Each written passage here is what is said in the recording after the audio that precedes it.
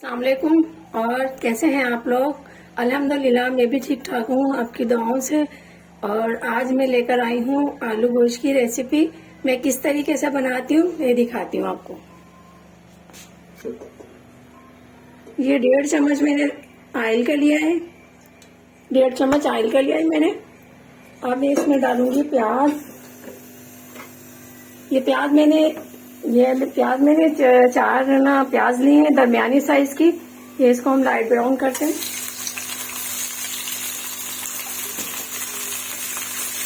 आज मैं आलू गोश्त बना रही हूँ फरमाइश से।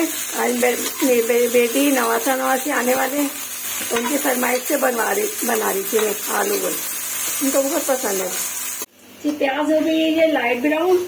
बस इसको इतना ही रखना है, ज्यादा इसको डार्क नहीं करना, वरना शोरबा का ब्लैक ब्लैक हो जाता है, वो अच्छा नहीं लगता। ये 3 पाव मैंने बगैर हड्डी का गोश्त लिया है। इसमें रवाज भी है जो बड़ा टेस्टी लगता है, हड्डी भी है। और ये देखें कितना खूबसूरत सा पिंक पिंक सा कलर है गोश्त का। ये जितना अच्छा है बनेगा भी इंशाल्लाह नहीं मजे का। जी डाल रही हूँ मैं अब इसमें गोश्त।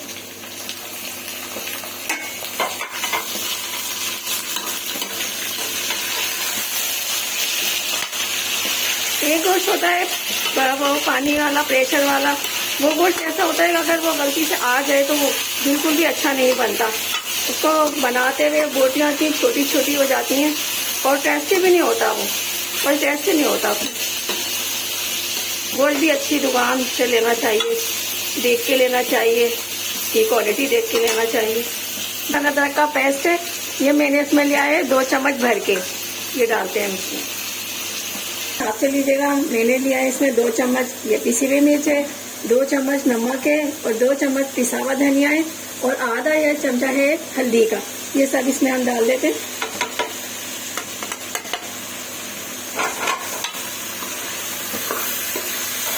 इसको 2 मिनट भूनना है बस। इसके बाद हम इसमें डाल देंगे टमाटर भी इसमें ऐड कर देते हैं।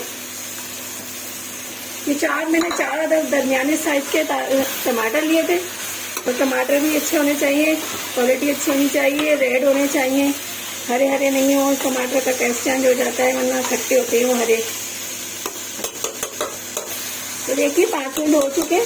अब इसमें हम डालेंगे पानी, और पानी हमने डालना है इसमें 2 गिलास पानी डाल के इसको रख देना है हल्की आंच पर। इसको घंटा पौन घंटा इसको छोड़ दें, आप आराम से गलता रहेगा गोश्त। ये देखिए 2 गिलास मैंने पानी डाल दिया इनमें। अब इसको हम ढक के रख देते हैं पौन घंटे के लिए। इसके बाद मैं आपको दिखाती हूँ। घंटा हो गया है इसे। अब मैं इसको देखती हूँ गोश्त गल चुका है। अब इसमें हम डालेंगे आलू।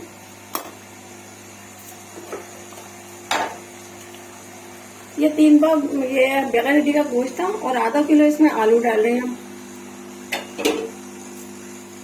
ये आलू नए आए हुए हैं ना, ये देखिए नए आलू हैं। पुराने आलू मीठे होते हैं, बहुत टेस्टी होते हैं, बहुत मजे के होते हैं, क्योंकि मौसम के हिसाब से आती है ना जो सब्जियां, बहुत अच्छी होती है, टेस्टी होती है। ये सारे आलू डाल दिए हमने। अब इसको 15 से 20 मिनट तक हम इसको रख देते हैं। इसके बाद आलू गलने के बाद फिर मैं आपको दिखाती हूँ।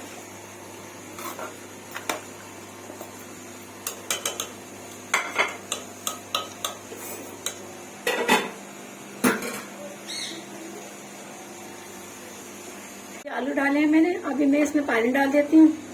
जितना आपको शोरबा डालना है, जितना पसंद है आपको इतना आप डालिएगा। ये पानी डाल दिया इसमें मैंने।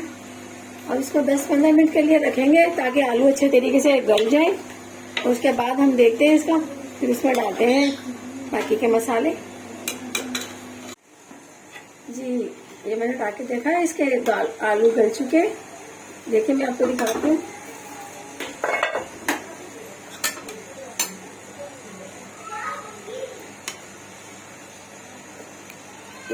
आलू ना अच्छी तरीके से गल गए और हम इसको डिश आउट करते हैं। इसमें डालती हूँ ये हरी मिर्च,